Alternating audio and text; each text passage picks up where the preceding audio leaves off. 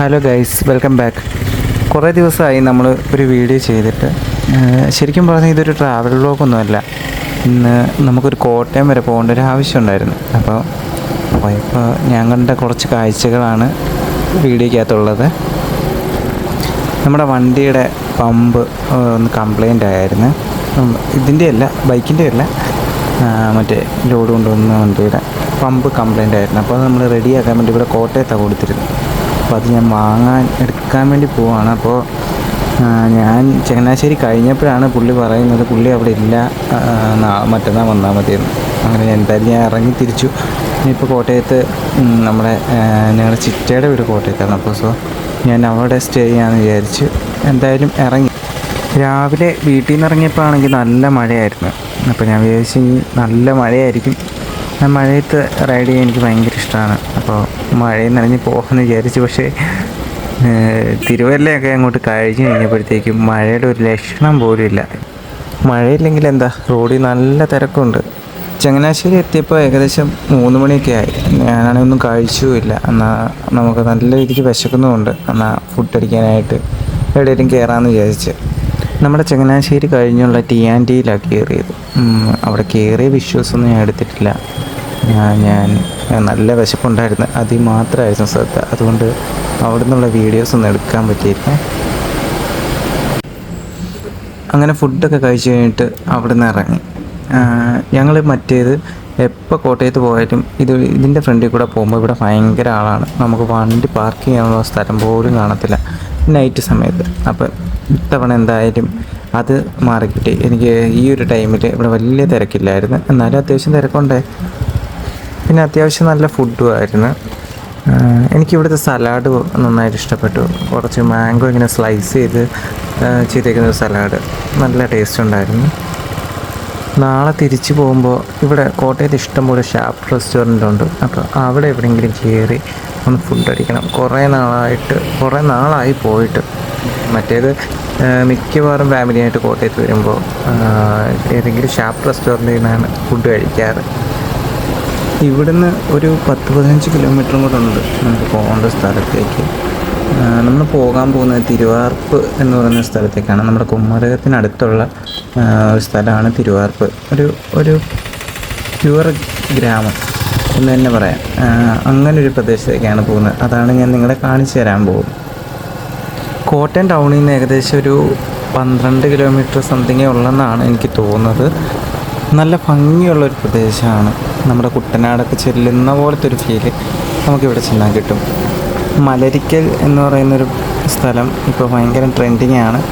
ഇപ്പോഴല്ല, ആമ്പൽ സീസൺ വരുമ്പോൾ ഭയങ്കര ട്രെൻഡിങ് ആയിട്ടുള്ളൊരു സ്ഥലമാണ്. അത് നമ്മുടെ ഈ തിരുവാർപ്പിനടുത്തുള്ളൊരു സ്ഥലമാണ് മലരിക്കൽ എന്ന് പറയുന്നത്. ഇപ്പം നമ്മൾ കോട്ടയത്തിൻ്റെ ടൗൺ ഏരിയയിൽ നിന്ന് മാറി കുറച്ച് ഉള്ളിലോട്ട് പോയിക്കൊണ്ടിരിക്കുകയാണ്.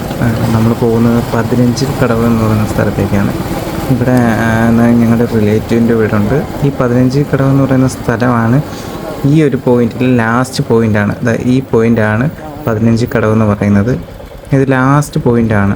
ഇവിടുന്ന് ലെഫ്റ്റിലോട്ടും റൈറ്റിലോട്ടും റോഡുണ്ടെങ്കിലും ബസ് ഇവിടം വരെയുള്ളൂ, ഈ ഒരു പോയിൻ്റ് വരെയുള്ളൂ.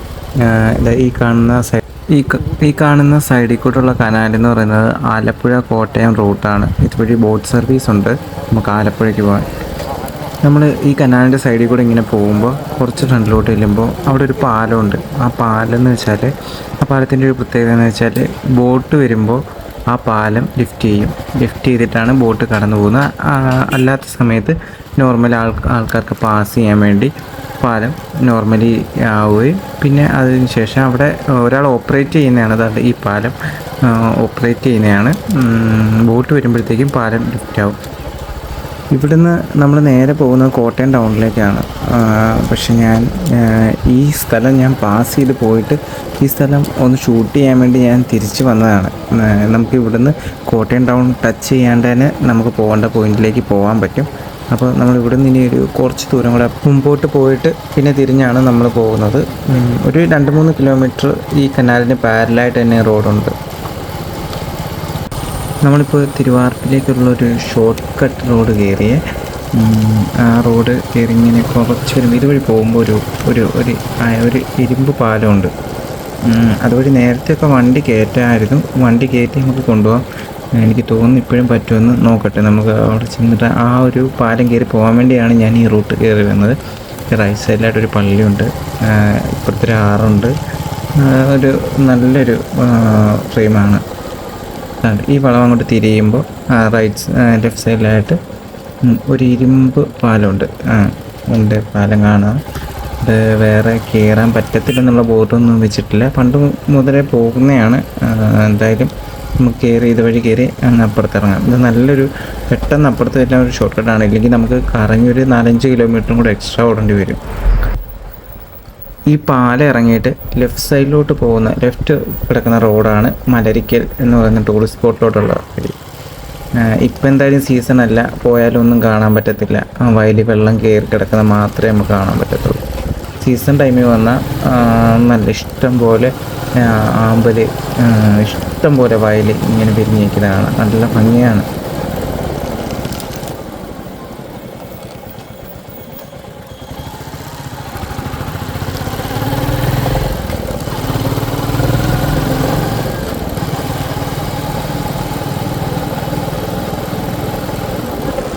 അങ്ങനെ നമ്മൾ തിരുവാർപ്പ് ലോട്ട് എൻ്റർ ആവുകയാണ്.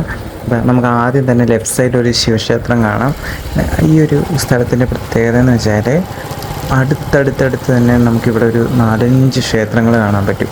അതിനകത്ത് ഒരു ക്ഷേത്രം ഇന്ത്യയിലെ തന്നെ വളരെ ഇമ്പോർട്ടൻ്റ് ആയിട്ടുള്ളൊരു ക്ഷേത്രമാണ്. അത് ഇപ്പം ഞാൻ നിങ്ങളുടെ അടുത്ത് പറഞ്ഞുതരാം. ആ ക്ഷേത്രത്തിൻ്റെ മുമ്പിൽ ചെന്ന് നിന്നിട്ട് ഞാൻ പറയാം ആ ക്ഷേത്രത്തിൻ്റെ ഇമ്പോർട്ടൻസ് എന്തുവാണ്. അതാണ്ട് ഇവിടെ നമ്മൾ വലത്തേ സൈഡിൽ കാണുന്നതാണ് തിരുവാർപ്പ് ശ്രീകൃഷ്ണസ്വാമി ക്ഷേത്രം.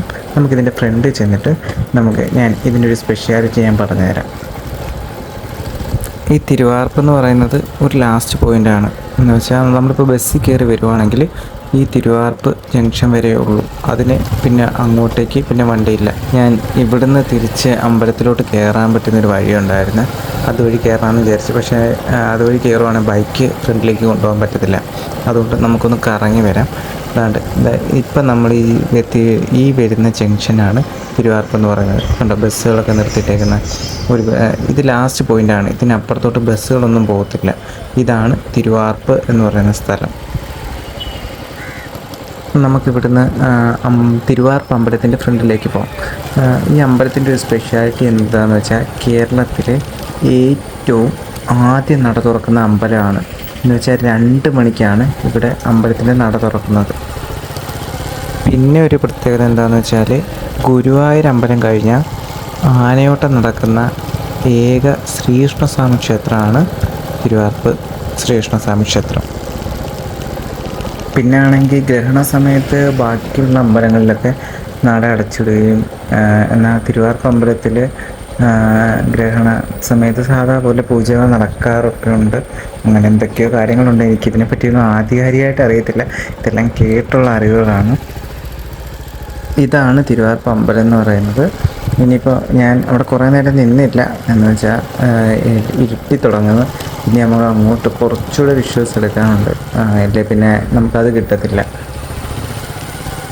നമ്മൾ ആദ്യം വന്ന് ഈ ഒരു പോയിന്റിൽ നിന്ന് നമ്മൾ കുറച്ച് ഉള്ളിലോട്ട് കയറി പോകണം നമുക്ക് പോകേണ്ട സ്ഥലത്തേക്ക്. റോഡൊക്കെ കുറച്ച് മോശമാണ്, എന്നാലും കുഴപ്പമൊന്നുമില്ല. വണ്ടിയൊക്കെ പോകും, അത്യാവശ്യം വലിയ വണ്ടികളൊക്കെ പോകുന്ന റോഡ് തന്നെയാണ്.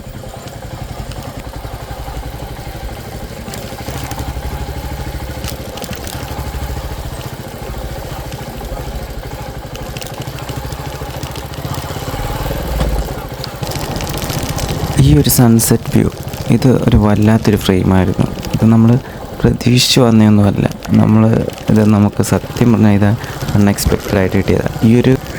ഈ കണ്ണെത്താ ദൂരത്തോളം ഇങ്ങനെ വെള്ളം കയറി കിടക്കുന്ന ഈ വയലൊന്ന് കാണിക്കണം, ആ ഒരു ഉദ്ദേശം മാത്രമേ ഉള്ളായിരുന്നു. പക്ഷേ ഇങ്ങനൊരു വ്യൂ കിട്ടുമെന്ന് ഞാൻ ഒരിക്കലും പ്രതീക്ഷിച്ചില്ല. പക്ഷേ എനിക്കിത് ക്യാമറയിൽ കൂടെ എന്തുമാത്രം എക്സ്പ്രസ് ചെയ്യാൻ പറ്റുമെന്ന് എനിക്ക് അറിഞ്ഞുകൂടാ. ഫൈനലി ഇവിടെ വൈൻഡപ്പ് ചെയ്യുകയാണ്. ഇനിയിപ്പോൾ നെക്സ്റ്റ് ഒരു വീഡിയോ ആയിട്ട് വീണ്ടും കാണാം. Thank you.